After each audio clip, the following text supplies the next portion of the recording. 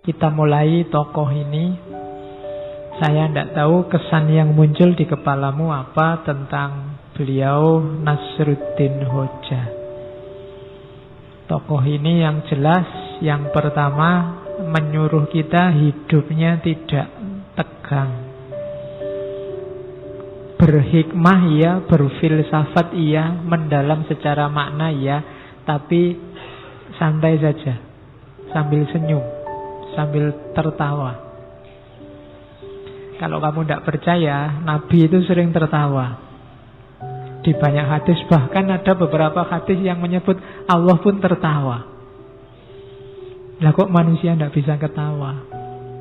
Ya meskipun istilah Allah tertawa itu kan nanti ada beda pendapat. Kalau di kita yang Sunni pokoknya bila kaifa, tapi Allah tertawa. Kan ada cerita Allah tertawa, misalnya besok ada laki-laki terakhir yang keluar dari neraka menuju surga.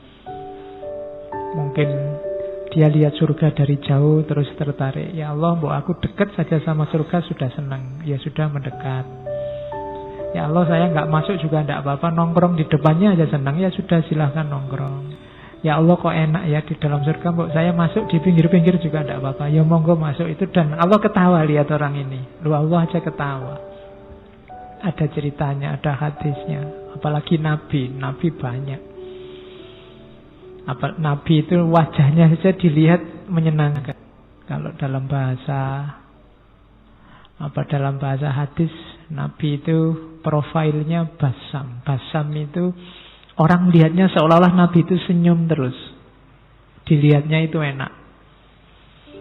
Jadi sebelum Nabi ngomong, ketemu Nabi saja itu orang rasanya enak, kayak disenyumi terus.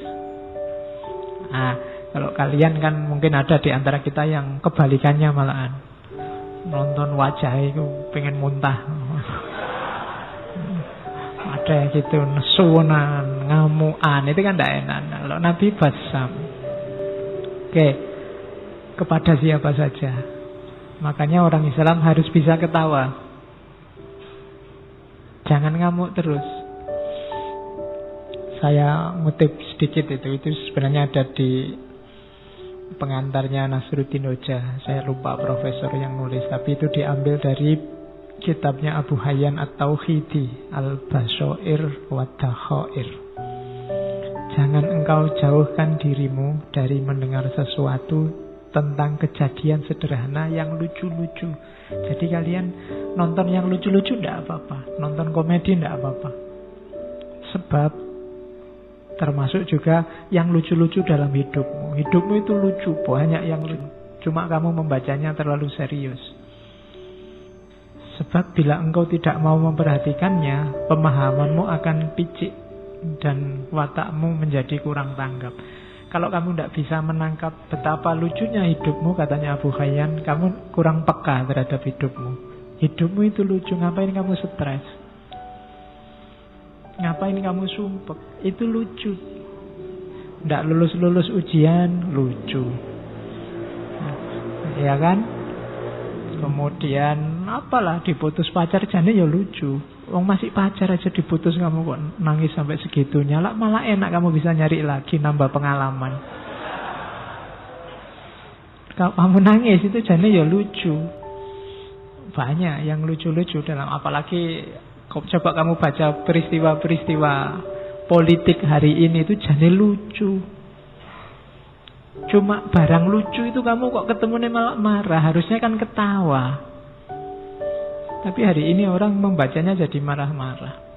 Katanya Abu Hayyan bilang, kau tidak mampu menikmati segarnya komedi, segarnya humor, segara kelucuan, awan kelabu kehidupan yang serius bahkan menghancurkan dirimu. Wah, susah. Merengut terus juga hidupmu akan hancur. Tidak enak. Wong kita oleh Allah diizinkan, diberi kesempatan hidup di dunia ini kan untuk bahagia, untuk senang. Masa Allah nyuruh kita sumpek, nyuruh kita sengsara? Kan enggak. Gembiralah. Hidup ini menggembirakan. Jadi tertawalah. Ini filosofi yang dipakai oleh Abu Hayyan At-Tauhidi dan Nasruddin Hoja nanti gayanya semacam ini.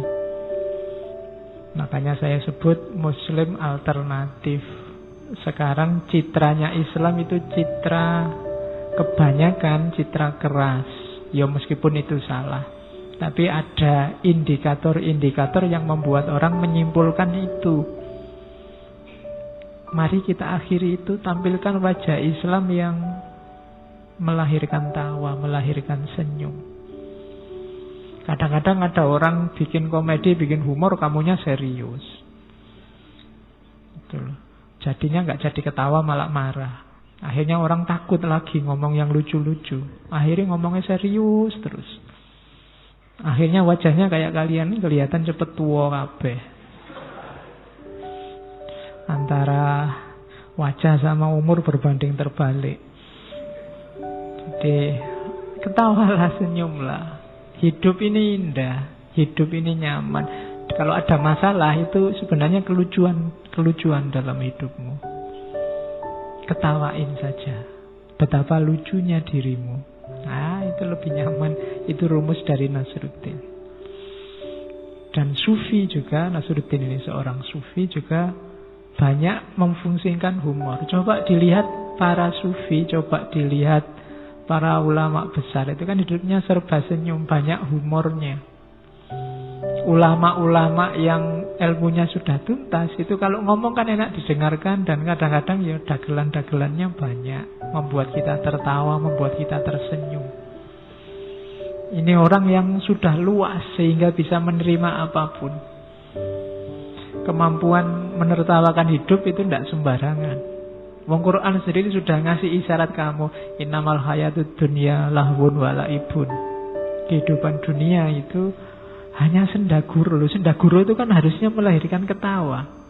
Walaibun, dan permainan, dolanan. Jangan serius-serius.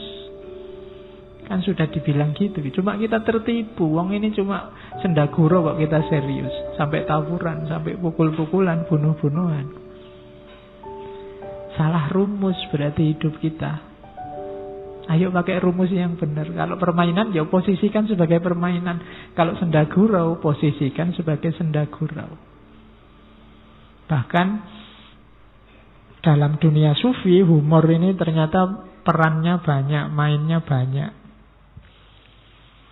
Ada teori bahwa kalau dalam sufi itu humor itu termasuk humornya Nasruddin, itu ada kalanya untuk menggugah pikiran. Orang yang jeli membaca humornya Sufi itu tidak cuma dilihat cerita lucunya. Di balik itu ada makna yang dalam. Dan itu bisa dikejar bagi orang yang daya pikirnya jalan, daya analisisnya jalan. Tapi orang yang hanya dapat lucunya, ya nggak dapat maknanya. Kayak para wali zaman dulu ketika menyampaikan ajaran Islam itu kan pakai media budaya. Pakai wayang, pakai model baju, pakai punokawan yang suka ndagel. Itu kan media humor. Kalau para wali yang dalang, meskipun punokawan, meskipun ada Semar Bagongnya, ada limbuannya mungkin, tapi lucunya pasti ada maknanya. Tidak tahu maknanya pun tidak apa-apa, kamu dapat ketawanya, tapi kurang dalam. Ketawanya sudah dapat, cuma dalamnya. Dulu waktu diantara yang diperdebatkan Sunan Kalijogo sama Sunan Giri kan itu, Sunan Giri orangnya serius. Kalau Sunan Kalijogo maunya, ya sudah kita ambil pelan-pelan. Lah nanti kalau umat tersesat, enggak kalau tersesat. Wong ini, umat Islam ini kan akalnya jalan. Lama-lama mereka juga ngerti rahasianya. Lama-lama juga mereka bisa belajar sendiri, tahu yang benar. Sekarang biar mereka tertarik dulu lah pakai media-media budaya, termasuk pakai humor. Kalau ada ustadz atau ulama atau kiai ceramah yang tidak ada humornya sama sekali kan, ya paling kamu ngantuk, paling hadir sekali dua kali, besok nyari alasan kalau diajak. Penariknya kurang, pemicu berpikirnya kurang.